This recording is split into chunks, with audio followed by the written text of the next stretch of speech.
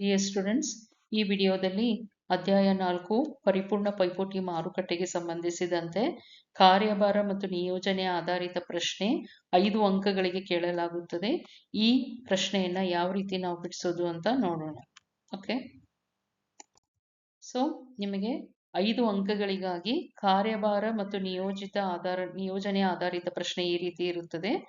ಪರಿಪೂರ್ಣ ಪೈಪೋಟಿ ಮಾರುಕಟ್ಟೆಯಲ್ಲಿ ಸರಕಿನ ಪ್ರತಿ ಘಟಕದ ಮಾರುಕಟ್ಟೆ ಬೆಲೆ ರೂಪಾಯಿ 60 ಇದ್ದಾಗ ಒಟ್ಟು ಆದಾಯ, ಸೀಮಾಂತ ಆದಾಯ ಮತ್ತು ಸರಾಸರಿ ಆದಾಯದ ಅನುಸೂಚಿಗಳ ಲೆಕ್ಕಾಚಾರ ಮಾಡಿ ಅಂತ ನಿಮಗೊಂದು ಪ್ರಶ್ನೆಯನ್ನ ಕೇಳಿರ್ತಾರೆ. ಇದನ್ನ ಯಾವ ರೀತಿ ಬಿಡಿಸೋದು ಅಂತ ಹೇಳಿ. ಇದು ಅತ್ಯಂತ ಸುಲಭವಾಗಿ ನೀವು ಬಿಡಿಸಿ 5 ಅಂಕಗಳನ್ನ ಈಸಿಯಾಗಿ ಪಡೆದುಕೊಳ್ಳಬಹುದು. ಸೊ ಇಲ್ಲಿ ಮಾರಾಟದ ಪ್ರಮಾಣವನ್ನ ಕೊಟ್ಟಿರ್ತಾರೆ. ನಿಮಗೆ TR, MR ಮತ್ತು AR ಮೂರನ್ನು ನೀವು ಕಂಡುಹಿಡಿಬೇಕಾಗಿರುತ್ತೆ.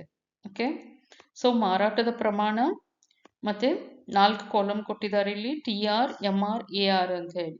ಯಾವ ರೀತಿ ಕಂಡುಹಿಡಿಯೋದು? ಅದಕ್ಕೆ ನಿಮ್ಗೆ ಸೂತ್ರಗಳು ಗೊತ್ತಿರಬೇಕು. TR ಯಾವ ರೀತಿ ನಾವು ಕಂಡುಹಿಡಿತೀವಿ? TR ಈಕ್ವಲ್ ಟು ಒಟ್ಟು ಆದಾಯ.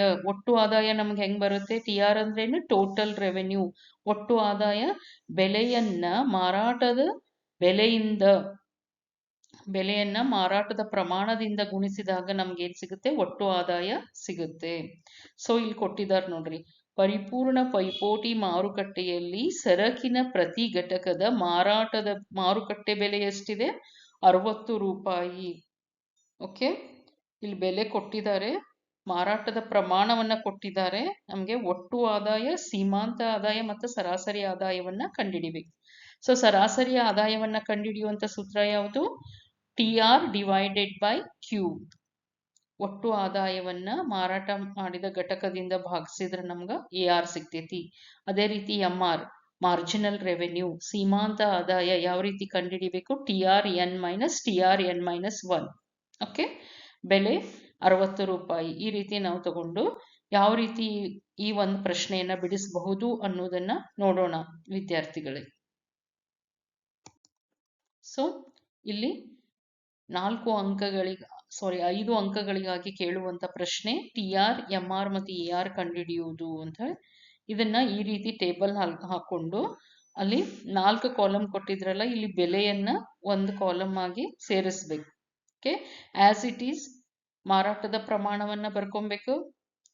ಎಷ್ಟು ನಮ್ಗೆ ಕೊಟ್ಟಿದಾರಲ್ಲ ಅದೇ ರೀತಿ 0 to 5 ಈ ರೀತಿ ಬರ್ಕೊಂಡು, ಬೆಲೆ ಪ್ರತಿ ಘಟಕದ ಬೆಲೆ ಎಷ್ಟಿತ್ತು? 60 ರೂಪಾಯಿ ಇತ್ತು. ಅದನ್ನ ಈ ರೀತಿ ಬರ್ಕೊಬೇಕು.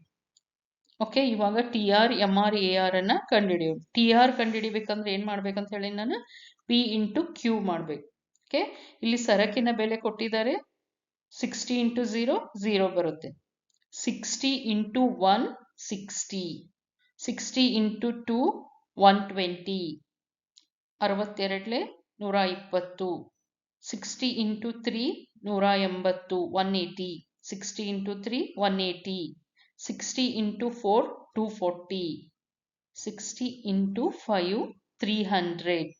ಓಕೆ, ಈ ರೀತಿ ನಾವು ಒಟ್ಟು ಆದಾಯವನ್ನ ಕಂಡುಹಿಡಿಬೇಕು. ಬೆಲೆಯನ್ನ ಮಾರಾಟದ ಮಾಡಿದಂತ ಸರಕುಗಳ ಪ್ರಮಾಣದಿಂದ ಗುಣಿಸಿದಾಗ ನಮಗೆ ಒಟ್ಟು ಆದಾಯ ಸಿಗುತ್ತೆ. ಓಕೆ, ಅದೇ ರೀತಿ ಸೀಮಾಂತ ಆದಾಯ ಅಂದ್ರೆ ಏನ್ರಿ?